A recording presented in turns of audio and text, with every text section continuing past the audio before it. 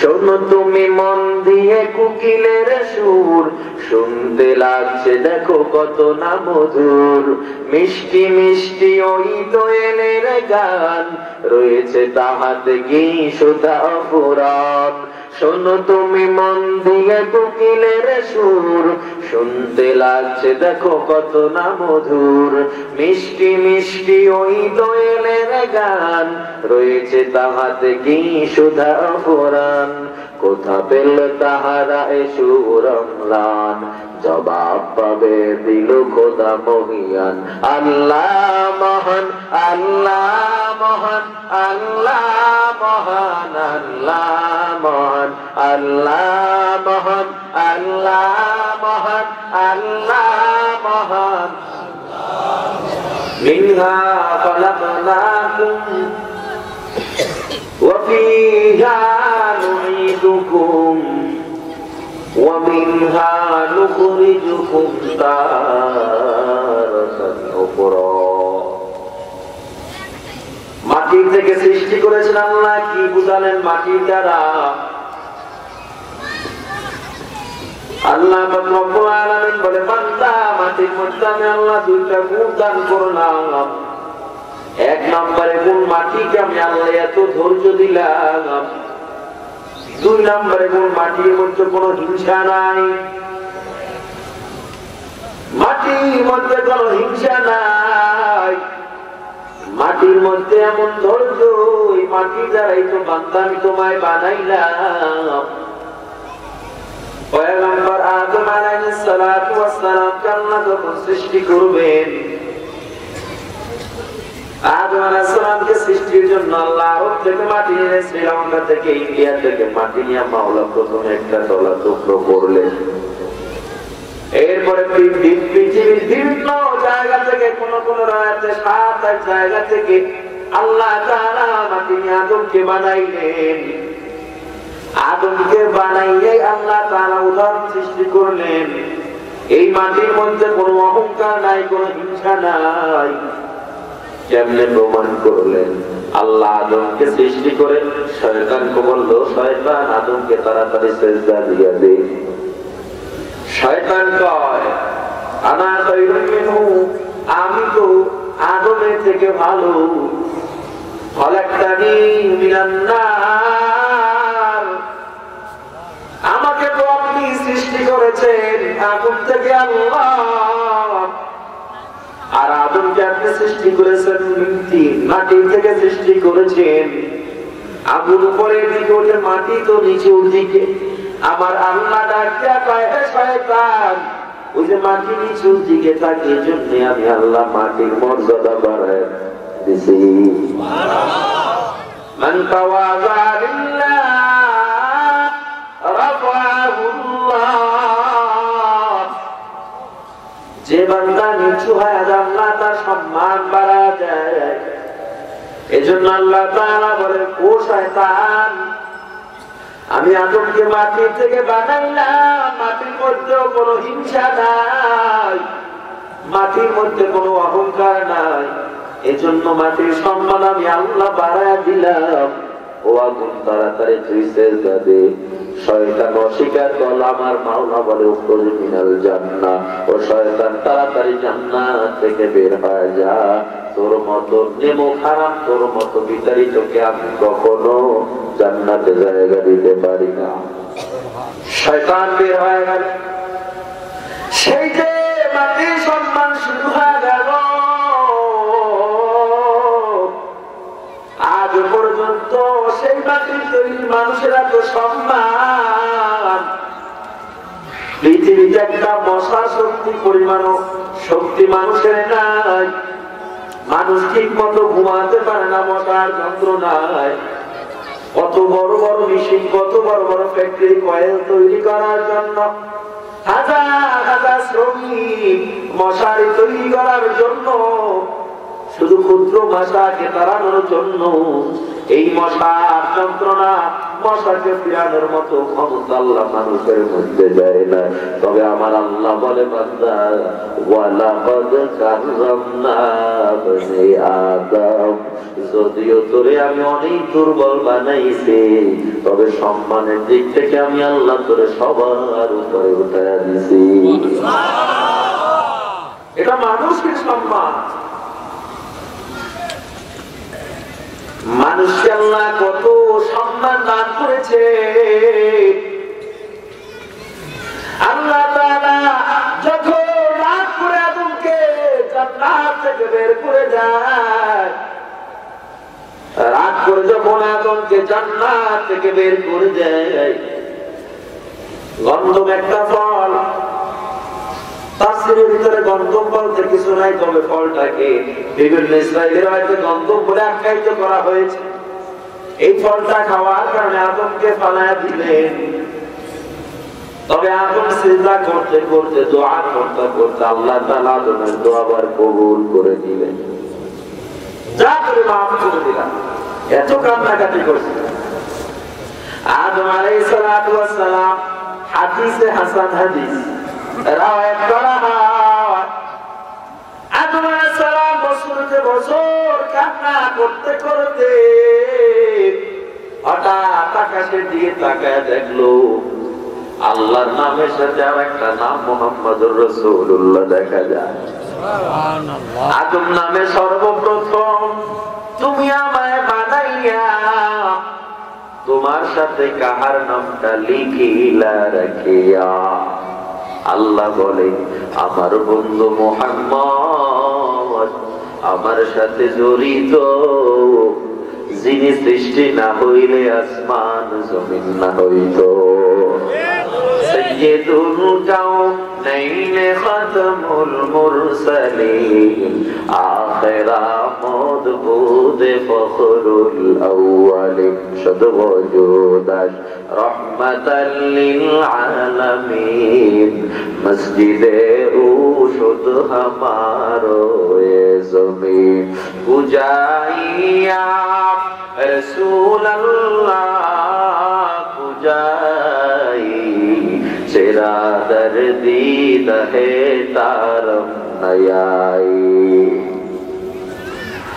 আদম আলাইহিস সালাম আল্লাহর কাছে প্রশ্ন করার পর আল্লাহ বলে ইনিও মুহাম্মদ, হে আদম আমি তোমার মাটির থেকে সৃষ্টি করে যত দামি বানাইলাম, তবে আমি এই মুহাম্মদকে দুনিয়ায় যখন প্রেরণ করব ওই দামের সাথে আরো একটা দাম আমার নবীকে আমি রহমত স্বরূপ পাঠিয়ে দিব, যে কারণে মানুষের সম্মান দুইটা মিলে আর উচ্চ মর্যাদায় চলে যাবে।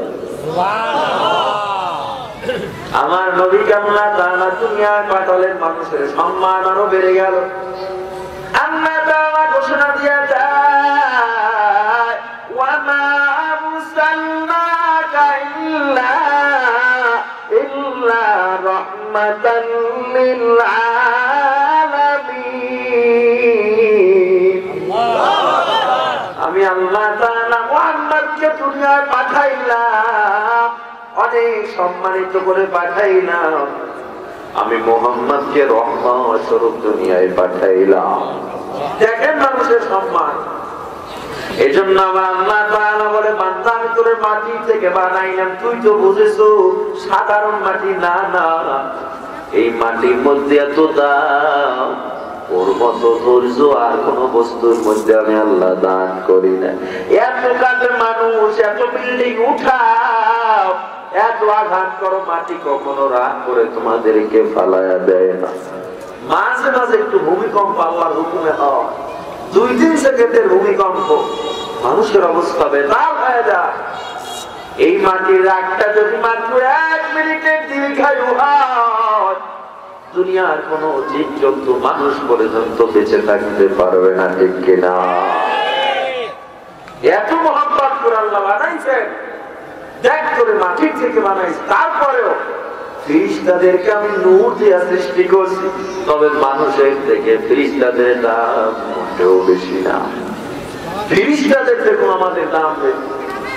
আর একটা উদাহরণ দিলে বুঝবেন, ইমাম আযম আবু হানিফা রাহমাতুল্লাহ আলাইহির যুগে ইমাম আযম ছোট্ট মানুষ 8 বছর বয়সে ফতোয়া দেওয়া শুরু করে দেয়। ছোট্ট বালক,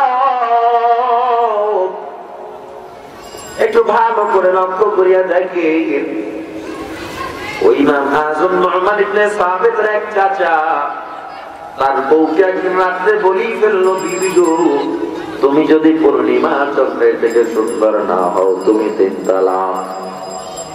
বইলে আহাম্মক হয়ে গেল, আসলে তো আমার বউ 3 তালাক হয়ে গেল, আমার স্ত্রী তো ওই পূর্ণিমা চন্দ্রের থেকে সুন্দর না। ফতোয়া নেওয়ার জন্য বড় বড় মুজতাহিদ মুস্তামবিদের কাছে চলে গেল, সবাই ফতোয়া দিয়ে দিল তোমার বউ তালাক হয়ে গেছে। সবাই তালাক হয়ে গেছে তখন ফতোয়া দিয়ে দেয়। ছোট্ট বালক ইমাম আবু হানিফা পানিতে পুষ্কুনি পারে খেলাধুলা করতেছে, দেখে তাকায় চাচা কান্না করতে করতে বাড়ি যায়। চাচাকে ডাক দেয়া কয়, চাচা গো কেন কান্দো? চাচা ডাক দেয়া কয়, তুই তো ছোট্ট মানুষ, তোকে আমি কি বলবো? না চাচা একটু বলেন। গতকাল রাতে তোর চাচিকে আমি বলেছি যদি পূর্ণিমা চন্দ্রের থেকে সুন্দর না হও তুই তালাক। আমি বলেছি। ইমাম আযম ডাক্তার কয়, চাচা আমাদের মাথার তাজ ওলামায়ে কেরাম কি ফতোয়া দিয়েছে? কয় সবাই ফতোয়া দিয়েছে বউ তালাক হয়ে গেছে। ইমাম আবু হানিফা ছোট্ট আঙ্গুলটা ধইরা ডাক দেয়, চাচা গো আমার একটু কথা যদি শোনেন বেয়াদবি মনে করবেন না।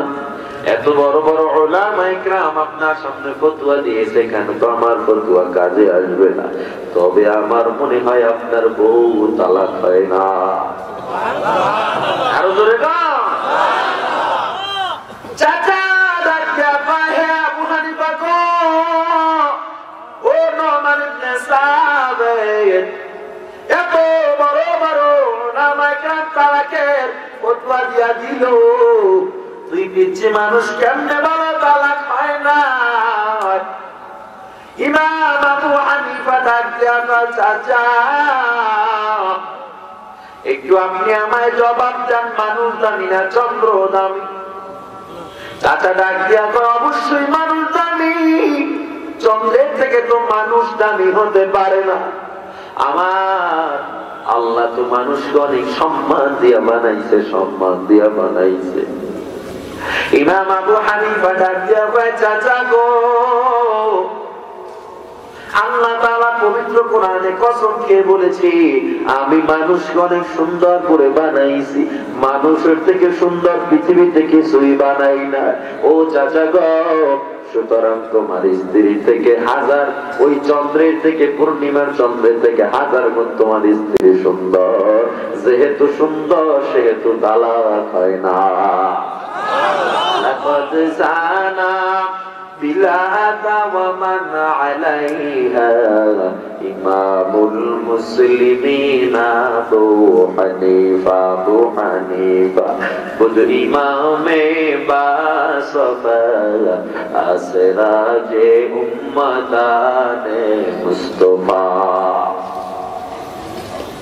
তালাক হয় না কারণ পূর্ণিমার চন্দ্র থেকেও মানুষ সুন্দর। পূর্ণিমার চন্দ্র কেন? পৃথিবীতে যত সুন্দর আছে মানুষের থেকে সুন্দর কিছু নাই। এত সুন্দর মানুষ আল্লাহ বানাইছে।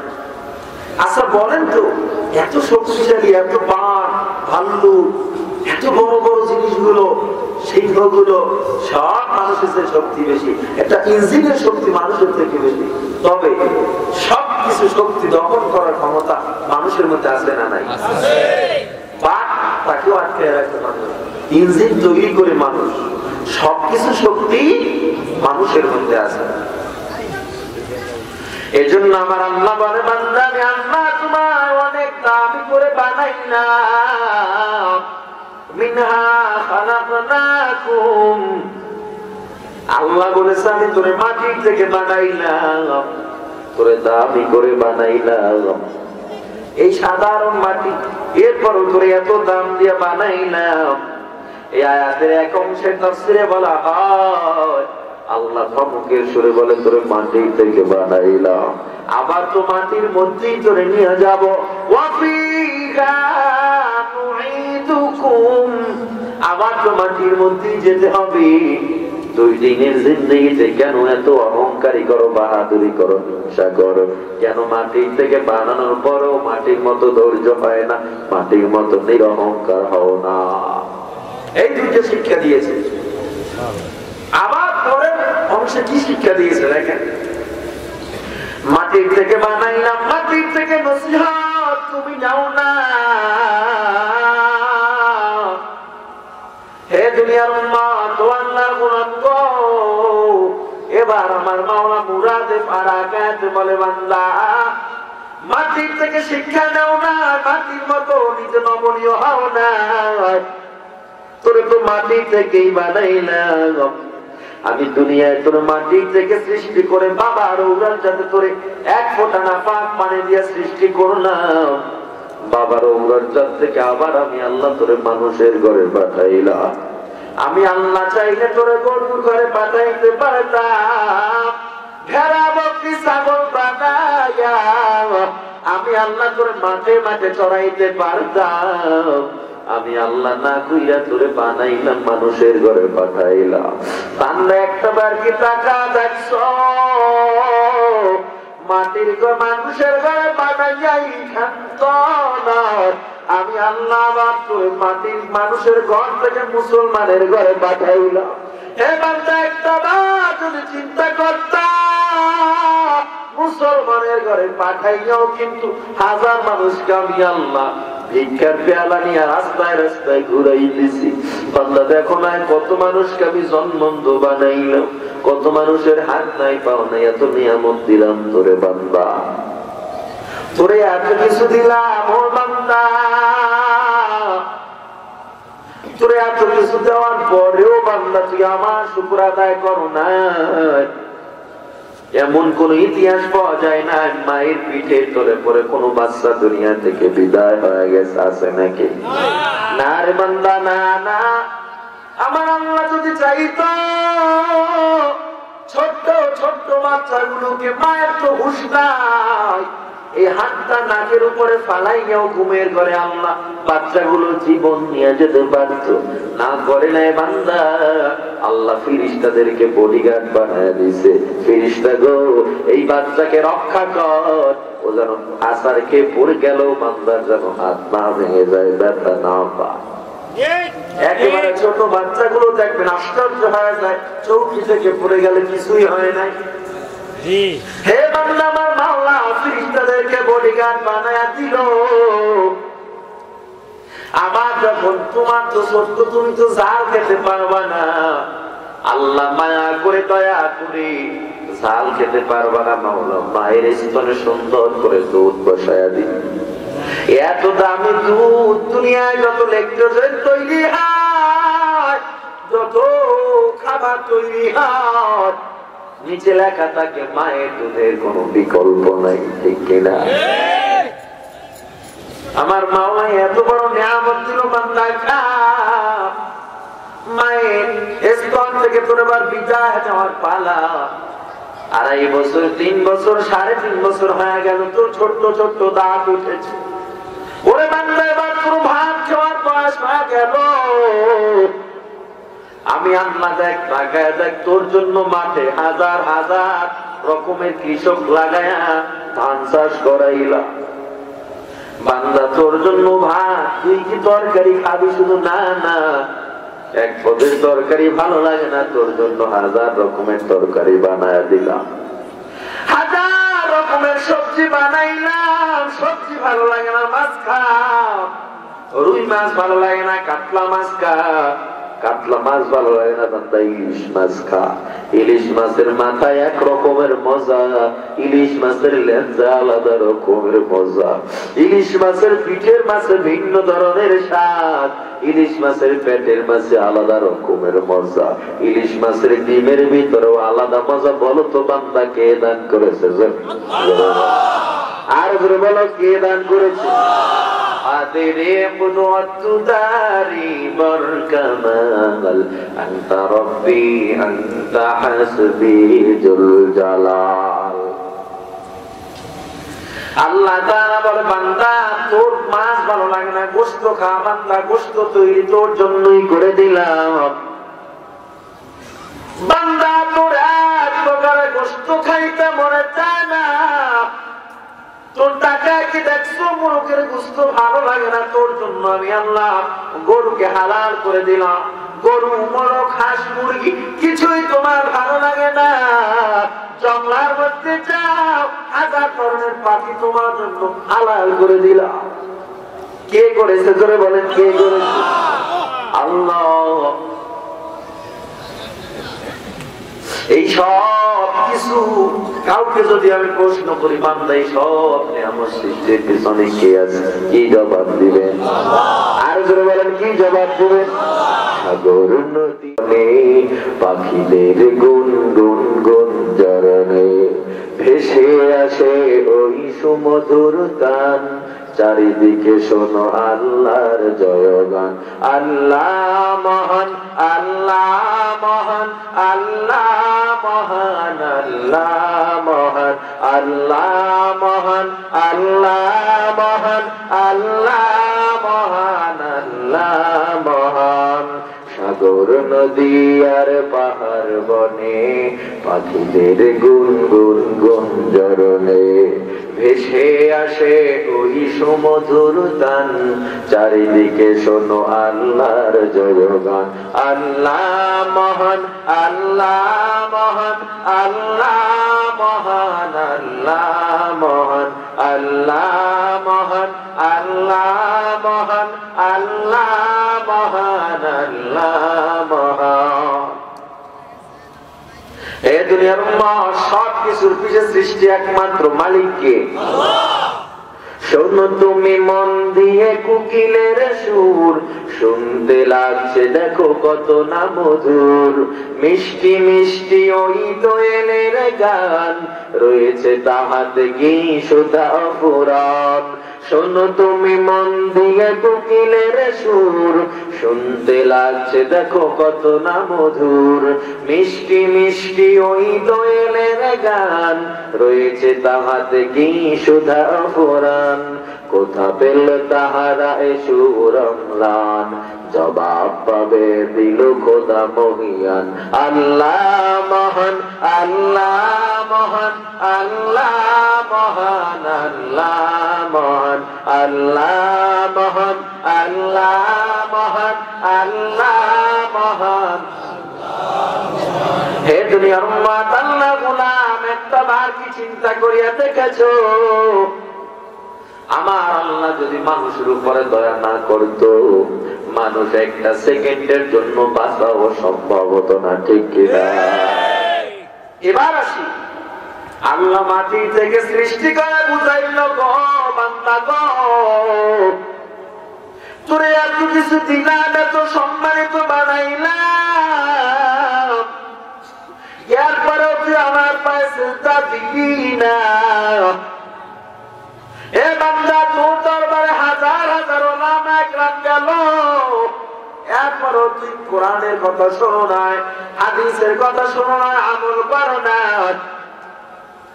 মাহফিল চলেছে, বান্দা তুই খেলাধুলা দেখায় ব্যস্ত ছিলি। যত যা করো বান্দা, আমি দুনিয়ায় তোরে কিছু বলবো না। আমার আল্লাহ পরের অংশই বলেন, বান্দা যত যা করবি কর, ওয়াফিহা নুঈদুকুম, আমার কিন্তু তোরে মাটির গর্ভে নিয়ে যাব, সেদিন বুঝাবো কত ধানে কত চাল। এখন কিছুই বলবো না, কিচ্ছু না, কারণ আল্লাহর নাম একটা রহমান, আর একটা নাম কিন্তু কাহ্হার। বান্দা রহমান তোর দয়াল, কাহ্হার তোর রাগী। আল্লাহ বলে, বান্দা দুনিয়ায় আমি রহমান মানে দয়ালু নামের কার্যক্রম দেখাইছি, তোর উপরে দয়া করেছি। তবে বান্দা যেদিন তুই দুনিয়া থেকে বিদায় হয়ে যাবি, সেদিন থেকে দেখবি আমার পাহাড় অর্থাৎ রাগী নামের কার্যক্রম। এরপরে কবরের জিন্দেগি শুরু, কবরের জিন্দেগি শুরু, কিয়ামত পর্যন্ত একটি জিন্দেগি, একটা প্ল্যাটফর্ম। সেখান থেকে আবার পুনরুত্থান, এরপরে অনন্তকাল। মানুষের আর মরণ হবে নাকি? জোরে কর। হে দুনিয়ার উম্মত, আল্লাহর গোলাম, এরপরে আমার আল্লাহ তাআলা ডাক দিয়া কয়, বান্দা নিয়ামত দিলাম, যত কিছু দিলাম, মাটির থেকে বানাইলাম, এরপরও সম্মান দিলাম, এরপরও আমি মাওলার সাথে কুফরি করেছো, আমি মাওলার পায়ে সিজদা দেও না। শুনিয়া লগো বান্দা, আমি আল্লাহ কিন্তু তোরে আবার অন্ধকার কবরে নিয়ে যাব। সেদিন তোমার বাবার পরিচয় চলবে না, ওই দিন কোন দলের পরিচয় চলবে না, ওই দিন কোন তোমার নেতার পরিচয় চলবে না। যদি নেক আমল করে না যাও, বান্দা তোমার কবরটা একটা জাহান্নামের টুকরা বানায় দিবে। বান্দা যদি নেক আমল করে না আসো, তোমার কবরের সুরঙ্গ পথটা আমি জাহান্নামের সাথে মিলাইয়া দেব। জোরে কন্যা আর পক্ষান্তরে যে বান্দা আমল করে আসবা, আমি আল্লাহ তার কবরের সুরঙ্গটা আমি জান্নাতের সাথে লাগা দিব। কবরের জিন্দেগি শেষ। আল্লাহ তাআলা বলে এবার কিয়ামত শুরু হয়ে যাবে। আয়াতের আলোচনা দেখেন কেমন ভয়ঙ্কর কিয়ামত। আল্লাহ তাআলা বলে, বান্দা আমি আল্লাহ তাআলা ভয়ঙ্কর একটা পরিস্থিতি সৃষ্টি করব, একটা কিয়ামত তৈরি করব, কিয়ামত সংগঠিত করব। কিয়ামতের পূর্বে আমি কিছু আলামত দেখাইব। আমরা সেই তালিম ইসলামে পড়েছিলাম 10টা কিয়ামতের আলামত। এরপরে আবার তেসরিতে পড়েছিলাম, আবার ছোট ছোট কিতাবে পড়েছিলাম। 15-16টা পর্যন্ত বুখারীতে এসে পড়লাম কিয়ামতের আলামত 27টা। ওইগুলোরই ভাগ করে 27টা আলামত দেখাইছি। বান্দা 27টা আলামতের মধ্যে 20টার উপরে সংগঠিত হয়ে গেছে, আর মাত্র 5টা-6টা আলামত বাকি। এর মধ্যে দেখেন যেগুলো সংগঠিত হয়ে গেছে, বড় লোক ধনীরা গরিবরা ধনীদের উপরে রাজত্ব করবে। দ্বিতীয় নম্বরে মূর্খ লোকগুলা আছে, আর এরা আসলে পয়সা শিক্ষিত লোকদেরকে শাসন করবে। হয়নি এমন? আলেম ওলামার ইজ্জত মানুষ কম দিতে থাকবে, কোরআনের সম্মান মানুষ দিতেই জানবে না। মসজিদে হাজার হাজার নামাজি মুসল্লি, তবে দিলের মধ্যে কারো ভালো নিয়াত পাওয়া যাবে না। কেউ যাবে জোতা চুরি নিয়াতে, কেউ মসজিদে যাবে মসজিদ কমিটির হিসাব নিতে, কেউ যাবে ইমামের ভুল ধরতে, কেউ যাবে রাজনৈতিক ফায়দা হাসিলের জন্য একটু বক্তৃতা দিতে, কেউ যাবে মানুষকে দেখানোর জন্য। বলেন তো এমন জিনিস সংগঠিত হয়েছে কিনা? আরো দেখেন, বাবার হাতে সন্তান খুন হয়ে যাবে, মায়ের হাতে সন্তান খুন হয়ে যাবে, আবার সন্তানের হাতে মা বাবা খুন হবে। হয় কিনা? আরো জোরে কোন হয় কিনা? বান্দা শুধু তাই না, ছোট্ট ছোট্ট মানুষগুলো বয়সে অনেক অধিক কম, তবে সাধারণ ক্ষমতার বল পাইয়া মুরব্বীদের সাথে বেয়াদবি করতে দ্বিধা করবে না। হয় কিনা? খবর ছিল না যে সন্তানের ফুটপাতে দৌড়াইতো, এই সন্তান একটু দলীয় প্রভাবে মুরব্বীদের সাথে বেয়াদবি করতে দ্বিধা করে না। সত্য না মিথ্যা? এরকম অনেক অনেক আলামত সংগঠিত হয়ে গেল। সব থেকে বড় আলামত দাজ্জাল আনবে, ইমাম মাহদী আসবে, ঈসা আসবে, ইয়াজুজ মাজুজের আগমন হবে, পশ্চিম দিক থেকে সূর্য উদিত হবে। কিয়ামতের 40 দিন পূর্বে থেকে পশ্চিম দিক থেকে সূর্য উদিত হওয়া শুরু হবে। আমার মাওলা বলেন তাম্মাতিত তওবা, তওবা পরিপূর্ণ খতম। মানুষ এখন যত তওবা কর, যত কান্দো, আমার মাওলা তওবা কবুল করবে না। এর মধ্যে আল্লাহ তাআলা দাজ্জালকে পাঠাবেন। শাম ও ইরাকের মধ্যখানে দাজ্জাল আসবে। দাজ্জাল আসার পর ওই দাজ্জালকে খতমের জন্য বাইতুল মাকদাসের মিনারের উপরে আল্লাহ তাআলা ঈসা আলাইহিস সালামকে পাঠাবেন।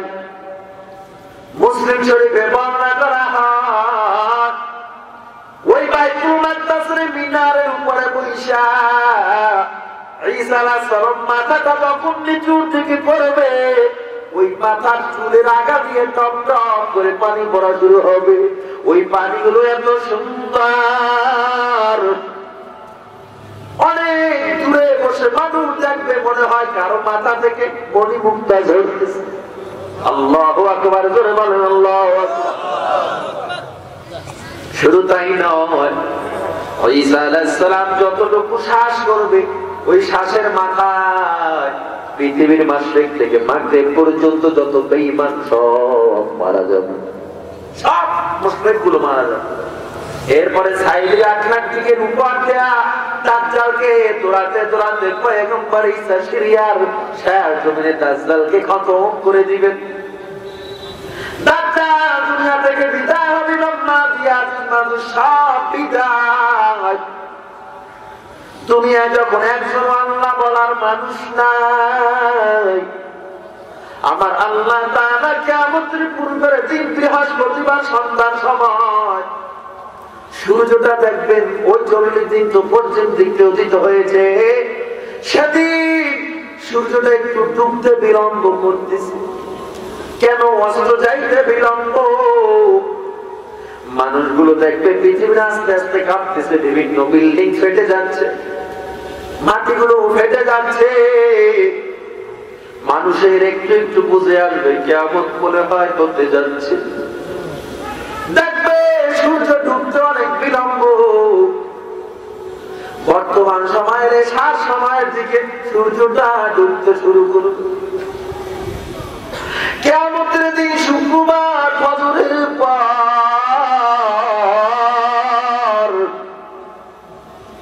আল্লাহ তাআলা এবার হুকুম করবে,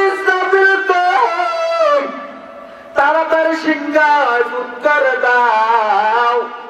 ইসরাফিল যখন সিংহায় ফুৎকার দিবে, সিংহায় ফুৎকার দেওয়ার সাথে সাথে পুরো পৃথিবীতে একটা জালজালা সৃষ্টি হয়ে যাবে। পৃথিবীটা কাঁপা শুরু করবে, কম্পন শুরু হয়ে যাবে। শুধু তাই নয়, পাহাড়গুলো তুলার মতো ওরা শুরু করবে, মানুষগুলো পাগলের মতো দৌড়াইতে থাকবে। আমার আল্লাহ তাআলা বলেন, ইদা সুলসিলাতিল আরদু জিলজালাহা ওয়া আখরাজাতিল আরদু আসফালাহা। পুরো পৃথিবী কাঁপতে থাকবে। শুধু তাই নয়, হে গোলাম ও দুনিয়ার উম্মত, পুরো পৃথিবী যখন কাঁপা শুরু হবে, আমার আল্লাহ তাআলা জানায় দেয়, ওয়া তারান নাসা সুকারা ওয়া মা হুম বিসুকারা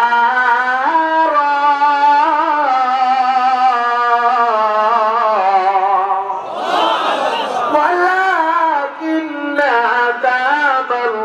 আযাবাল্লাহি শাদীদ।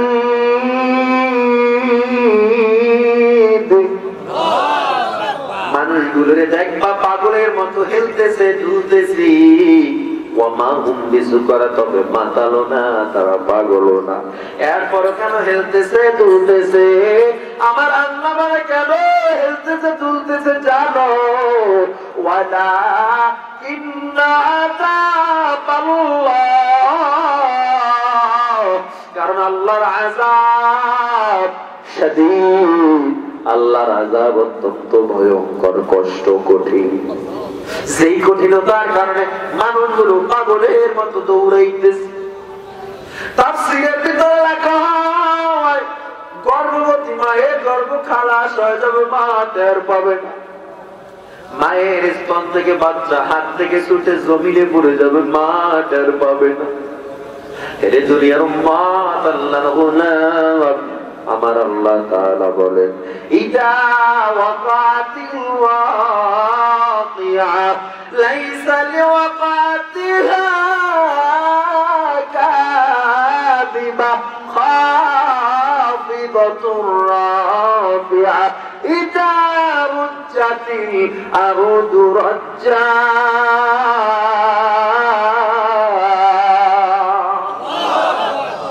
এ বান্দা, শুধু তাই নয়, সমুদ্রের পানিগুলো উত্তাল হয়ে যাবে, সাগরের পানিগুলো সব জমিনের উপরে উঠে যাবে।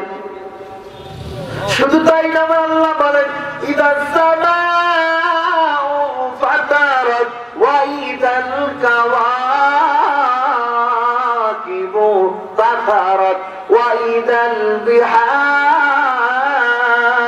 ফুজ্জিরাত ওয়া ইদাল কুবুর বু'থিরাত আলিমাত নাফসুম মা قدمت وأخرت يا أيها الإنسان ما غرك بربك الكريم إذا السماء انفطرت আসমান তা ফেটে যাবে وإذا الكواكب انتثرت তারকারাজিগুলো খসে খসে জমিনের উপরে পড়ে যাবে। আল্লাহু আকবার, জোরে বলেন আল্লাহু আকবার। সব তারকাগুলো পড়ে যাবে। আল্লাহ তৃতীয়বারের মতো সিংহার ফুৎকার দিতে বলবেন। শেষবার যখন সিংহার ফুৎকার দিবে, এই জমিনে চাষ করার পর টানা থেকে যেমন চারাগুলো গজায় গজায় নতুন ভাবে উঠে, পুরো সমতল ভূমি থেকে যার যার কবর থেকে সে চারার গাছের মতো গজায় গজায় উঠবে, সব উলঙ্গ। আল্লাহ তাআলা বলেন, শেষ আয়াতের আলোচনা, শেষ অংশের আলোচনা, ওয়া মিনহা নুখরিজুকুম তারাতান উখরা।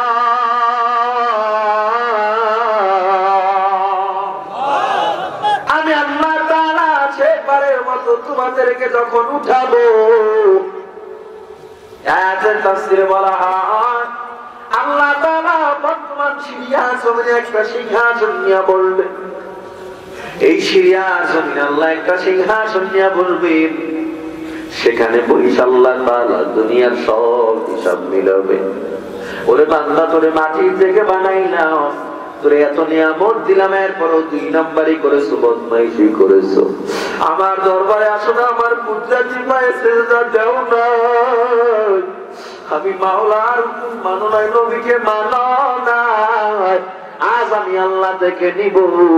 তোদেরকে আমি রহমান নামের কার্যক্রম দেখাইলাম, আজ দেখাবো কফার নামের কার্যক্রম। আমি আল্লাহ যে কত রাগী। আমার আল্লাহ একটা ভয়ঙ্কর হুক্কার দিবেন, লিমানিল মুলকুল ইয়াউম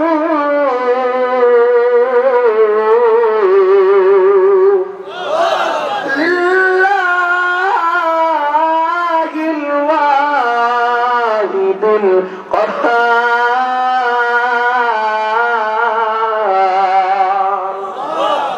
আল্লাহ ডাক দিয়া বলবে, বেঈমান গো, আজকে রাজত্ব কার, আজকের বাদশাহী কার? আল ইয়াউমা, আজকের রাজত্ব কার? আমার আল্লাহ আবার নিজের কুদরতি আঙুলটা নিজের দিকে ইশারা করে বলবে, লিল্লাহিল ওয়াহিদিল কাহ্হার। ওই রাগী আল্লাহর একমাত্র আজকের রাজত্ব। কোনো উকিলে কাজ হবে না, কোনো সুপারিশে কাজ হবে না। আমি আল্লাহ জজের আসনে বসলাম। আজকে যেই আমি আল্লাহ যেই হুকুম দিব, যেই কেস মামলা আমি আল্লাহ যাকে যেই রায় দিব, সব মেনে নিয়ে চলে যেতে হবে। এই দুনিয়ার উম্মত, আল্লাহর গোলাম,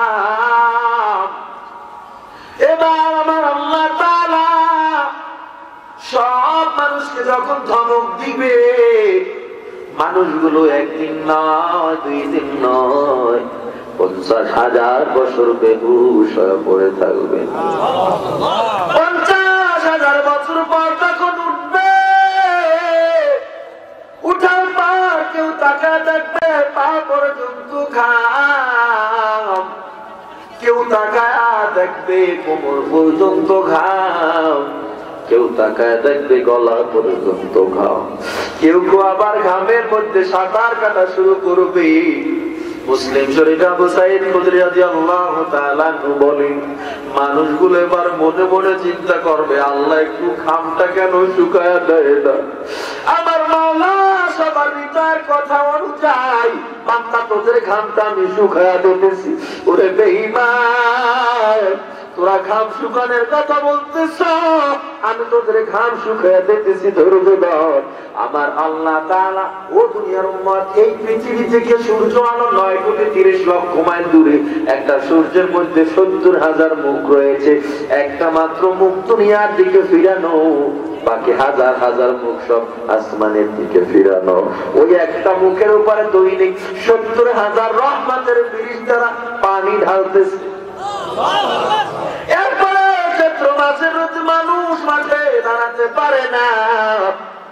আমার আল্লাহর ওই রাগের অবস্থায় বান্দার ঘাম শুকানোর জন্য আমার আল্লাহ বলবে, সূর্য গো তাড়াতাড়ি তোর সব আলোগুলো দুনিয়ায় ফিরাইয়া দে, তোর 70,000 মুখ সব বান্দার দিকে ফিরাইয়া দে। আজকে থেকে তো 9,30,00,000 মাইল দূরে, সেদিন মাত্র 1 বিঘা বাদা হাত উপরে সূর্যটারে আল্লাহ ঘুরাইয়া দিবে আর বলবে, তোর সব কাজ ছেড়ে দে। বেঈমান নাফরমানের মাথার মগজটা টকবক করে ফুটবে, মাথার মগজগুলো বেয়ে বেয়ে শরীরে পড়ে যাবে। জোরে কন্যা নাউযুবিল্লাহ। এরপরে মানুষগুলো অচেতনের মতো আরো 50,000 বছর বেহুশ হয়ে থাকবে। পুরো জমিনটা যখন তামা লাল হয়ে যাবে, তামার তেলে যখন গরম হয়ে যায়, সূর্যের তাপে পুরো মাটিগুলো পুরো এরকম লাল হয়ে তামার প্লেটের মতো হয়ে যাবে। মানুষ দাঁড়াতে পারবে না, ছটফট করবে আর দৌড়াইবে। নবীরা যে সমস্ত আসনে বসা থাকবে তাদের কাছে চলে যাবে। প্রথমে চলে যাবে পয়গম্বর আদমের কাছে, আর গিয়া ডাক দিয়া বলে, আদম ও আদিপিতা গো, আজকে একটু আমরা অসহায়, আপনি আমাদেরকে সুপারিশ করে আল্লাহ যেন আমাদের আযাব কমায়া তাড়াতাড়ি ফয়সালা করে দেয়, এই আযাব সহ্য হয় না। আদম আলাইহিস সালাম বলবে, ইয়া নফসি ইয়া নফসি, আমি নিজের বাঁচা নিজে বাঁচি, তোমাদের কথা চিন্তার সময় আমার নাই। সব মানুষগুলো, সহস্র কোটি মানুষ দৌড়াতে দৌড়াতে পয়গম্বর নূহর কাছে চলে যাবে। নূহ আলাইহিস সালাম ডাক দিয়া বলবে, ইয়া নফসি ইয়া নফসি, আমার বাঁচা আমি বাঁচি, যাও যাও, আমার সামনে কোনো কাজ নাই। সব মানুষগুলো দৌড়াতে দৌড়াতে পয়গম্বর মূসার কাছে চলে যাবে। মূসা আলাইহিস সালাম বলবে, ইয়া নফসি ইয়া নফসি। সব মানুষগুলো আবার দৌড়াতে দৌড়াতে পয়গম্বর ইব্রাহিমের কাছে চলে যাবে। ইব্রাহিম বলবে, ইয়া নফসি ইয়া নফসি। সবাই ঈসার কাছে চলে যাবে। ঈসা আলাইহিস সালাম বলবে, ইয়া নফসি, আমরা নিজের চিন্তা করে বাঁচি না, তোমাদেরকে আবার কখন সাহায্য করব। মানুষগুলো সহস্র হাজার কোটি মানুষ যখন নৈরাশ হয়ে এক একদিকে ছোটা শুরু করবে, সবাই চিৎকার দিয়ে বলবো যে একটা সাদা কাপড়ের প্যান্ডেল দেখা যায়, চল ওই মাকামে মাহমুদে কে যেন বসে আছে, চল তার কাছে কোনো সাহায্য পাওয়া যায় কিনা। মানুষগুলো দৌড়াতে দৌড়াতে মাকামে মাহমুদের কিনারায় চলে যাবে। মাকামে মাহমুদের কিনারায় গিয়া কাপড়টা যখন সরাবে, আপনারা আমার নবী সেজদায় পড়ে রব্বি হাবলি উম্মতি উম্মতি বলে কাঁদতেছে। আমার উম্মতকে ক্ষমা করিয়া দাও, আমার উম্মত বড় অসহায়, সিজদা থেকে মাথা উঠে থাকবে হাজার হাজার উম্মত। আমার নবী হাউজে কাউসারের পেয়ালা নিয়ে বসে যাবে আর ডাক দিয়া বলবে উম্মত ভয় করার কোনো কারণ নাই, আমি নবী তোদের সারা জান্নাতে যাব না।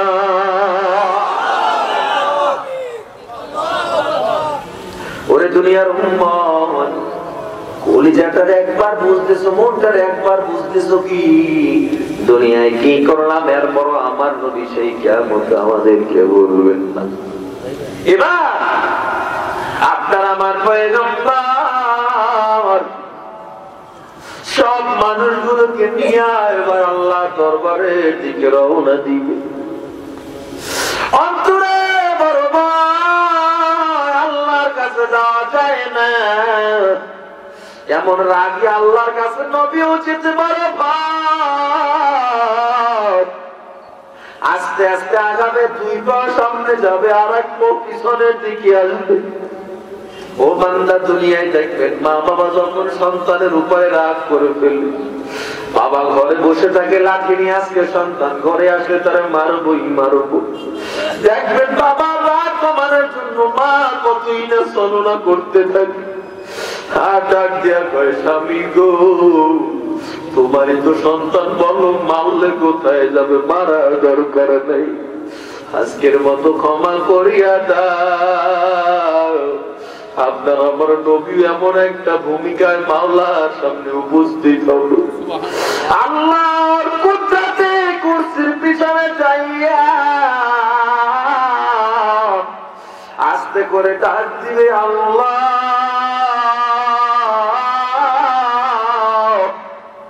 তুমি তো বলেছো লাম ইয়ালিদ ওয়া লাম ইউলাদ ওয়া লাম ইয়াকুল লাহু কুফুয়ান আহাদ।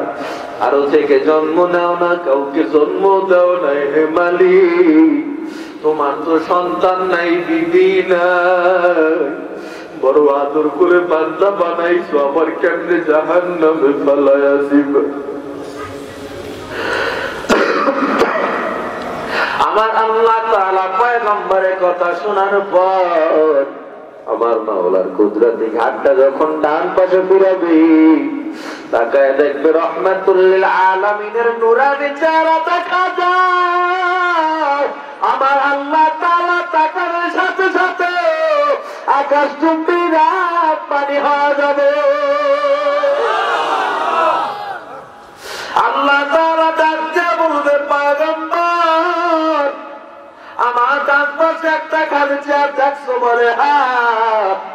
বলো তো এখানে কে বসবে? পয়গম্বর ডাকতে, আল্লাহ গো আমার জানা মতে ভয়ঙ্কর এইদিকে তোমার পাশে বসার মতো যোগ্যতা কারো নাই। আমার মাওলা বলবে, নবী তোমার জন্য চেয়ারটা রেখেছি, তাড়াতাড়ি বসে পড়ো। আল্লাহ নবী যখন বসে যাবে, আমার আল্লাহ মহা ঘোষণা করে দিবে, ও নবী আজকে আপনি যাকে সুপারিশ করবেন আমি আল্লাহ তাকে বিনা দরখাস্তে জান্নাতের মেহমান বানায় দিব।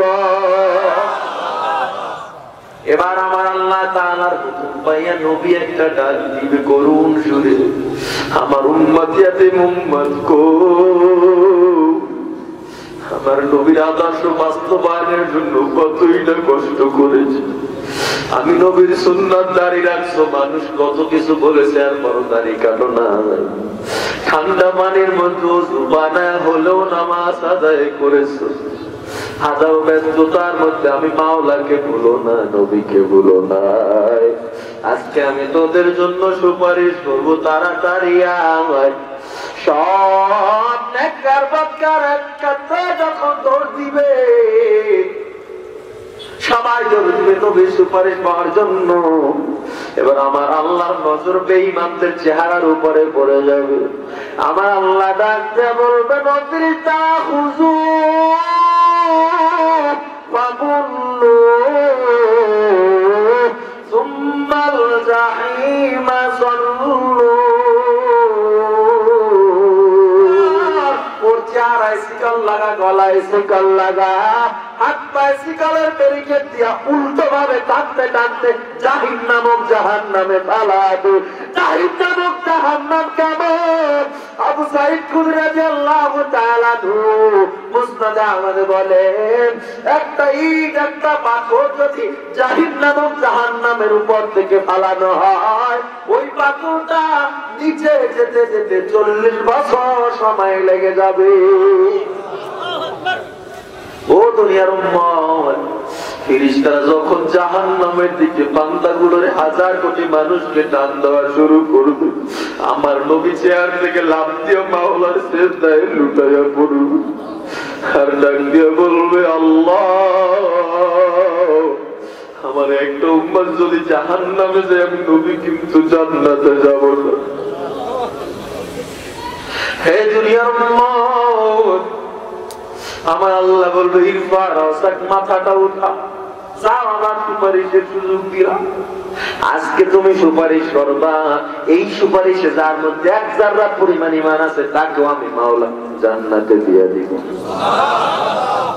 এবার আপনার আমার পয়গম্বর তালাশ করা শুরু করবে, এক জাররা পরিমাণ ঈমান কার কার আছে। এক জাররা পরিমাণ ঈমানওয়ালা মানুষ তাকে দেখবে, তারা দাড়িওয়ালা টুপিওয়ালা 80-90 বছর পর্যন্ত ইবাদত করত, তাহাজ্জুদ কামাই দেয় না, নফল নামাজ কামাই দেয় না। এই মানুষগুলো এক জাররা পরিমাণ ঈমান পাওয়া কঠিন হয়ে যাচ্ছে। আর বলেন তো, আমরা যারা দাড়ি রাখি না, নামাজ পড়ি না, নবীর সুন্নাত মানি না, তাদের অবস্থা কোথায় হবে? ওরে দুনিয়ার উম্মত, এবার আমার নবী আর কথা বলতে পারবে না।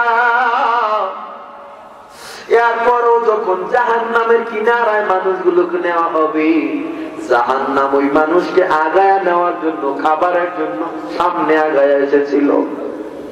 আবার মানুষগুলোকে নামবে, জাহান্নাম পিছনে যায় না, ওই মানুষের পিছনে জাহান্নাম গুরিন গুরিন আওয়াজ দিয়ে সামনে আসতেছে। চিৎকার মেরে জাহান্নাম ডাকছে, আল্লাহ, তাড়াতাড়ি আমার পেটে ক্ষুধা খাবার দাও। আমার আল্লাহ বলবে, জাহান্নাম ধৈর্য ধর, আমি তোরে খাবার দিতেছি, ধৈর্য ধর। জাহান্নাম বলবে, আল্লাহ কত ধৈর্য ধরবো, 1000 কোটি বছর ধৈর্য ধরেছি। ও আল্লাহ, তাড়াতাড়ি আমার ক্ষুধাটা নিবারণ করে দাও। জাহান্নাম এমন বিকট আওয়াজ দিবে গো, যে আওয়াজের বিকট শব্দে জাহান্নামের আওয়াজে পুরা কিয়ামতের ময়দানটা থরথর করে কাঁপবে। এবার আমার নবী আমার সিজদায় লুটিয়ে পড়বে, সহিহ হাদিস। নবী সিজদায় লুটিয়ে পড়বে, আল্লাহ জাহান্নামকে ফিরাও। ওই জাহান্নাম মনে হয় আমার একটা উম্মতকে আজকে ছাড় দিব না। জাহান্নামের এমন আওয়াজ, আমার আল্লাহ বলবে, ফিরিস্তা জাহান্নামের গায়ে শিকল লাগায় পেছনে টান দাও। 70,000 ফিরিস্তারা জাহান্নামের গলায় শিকল লাগাইয়া, প্রত্যেকটা শিকলের গলার গোড়ায় গোড়ায় 70,000 ফিরিস্তারা টানবে। এরপরও জাহান্নামকে নেওয়া যায় না। নবীরা পর্যন্ত বলবে, আল্লাহ জাহান্নামকে পিছনে ফিরাও। জাহান্নামকে ফিরানো যায় না। এবার আমার নবী সিজদায় পড়ে চিল্লায়া বলবে, আল্লাহ, ওই জাহান্নাম মনে আমার একটা উম্মতকেও ছাড় দিবে না। ওই জাহান্নামকে ফিরাও, ফিরাও। তোমার জাত পাক সিফাতের কসম, জাহান্নামকে ফিরাও।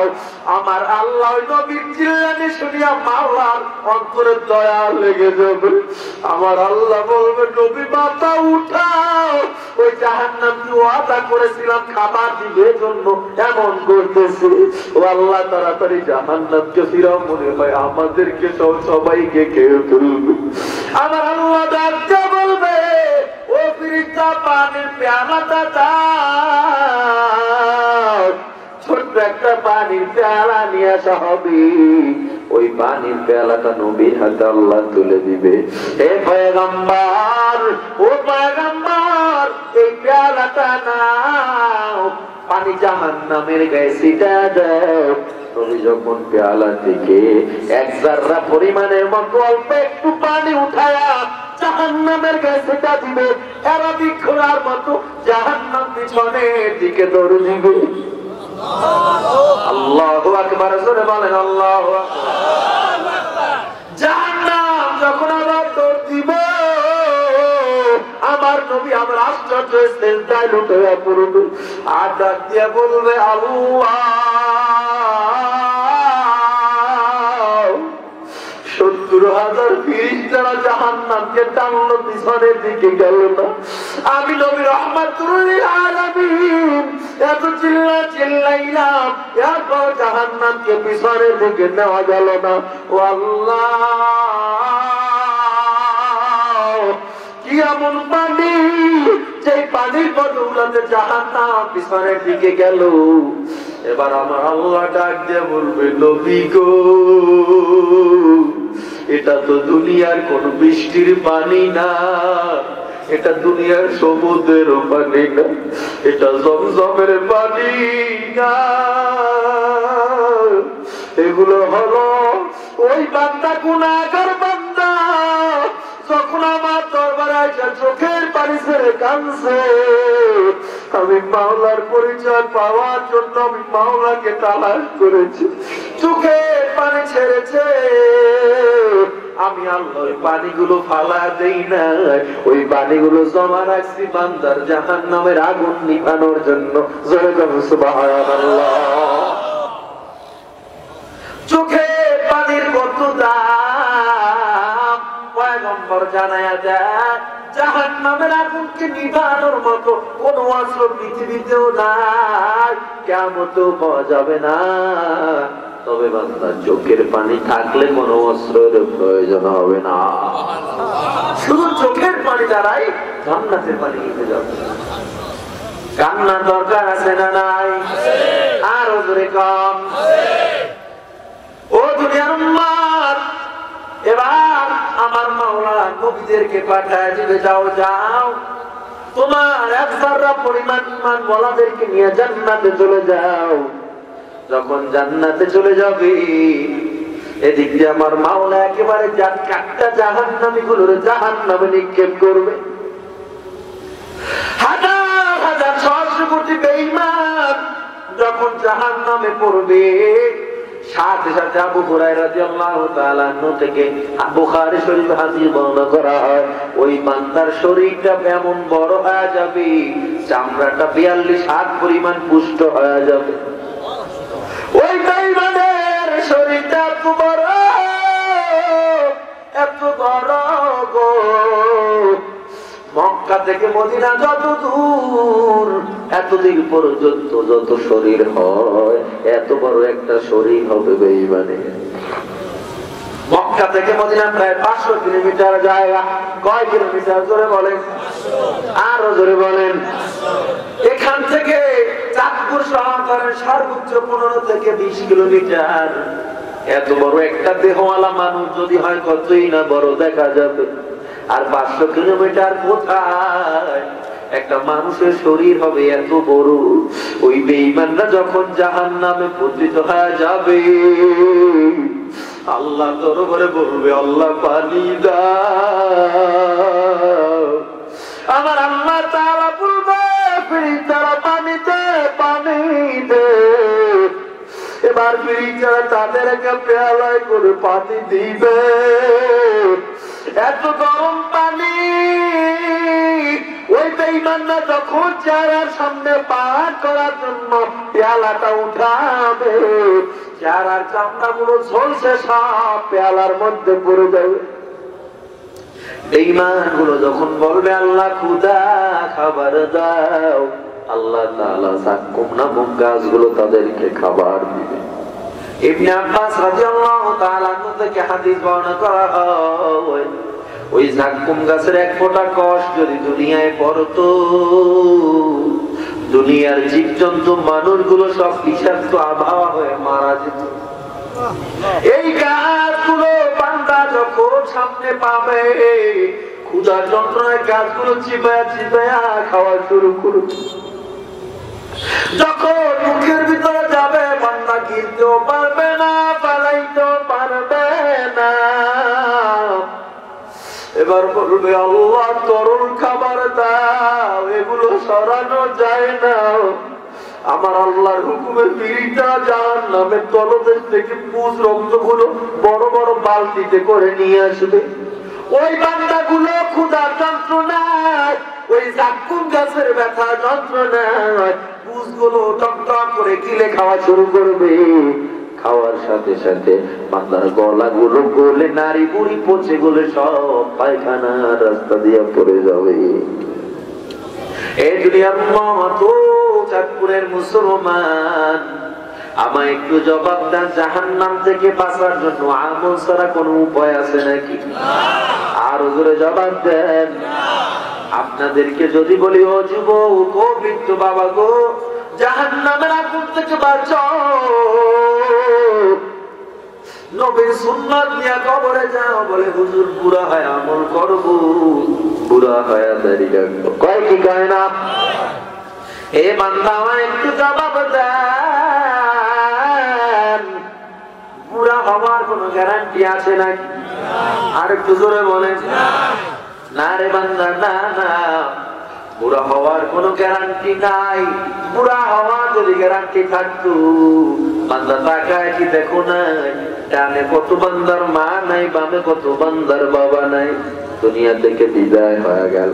এই জন্য বলি জিন্দেগিকে যদি সুন্দর করতে চাও, এই জিন্দেগিকে সুন্দর করতে চাইলে আমল ছাড়া কোনো গতি নাই। আল্লাহ তাআলা আমাদেরকে আমলে জিন্দেগি তৈরি করে অন্ধকার কবরে মুসলমান হয়ে যাওয়ার তৌফিক দান করেন। সবাই বলেন আমিন। আর জোরে বলেন আমিন। ওয়া আখির দাওয়ানা আলহামদুলিল্লাহি রাব্বিল আলামিন।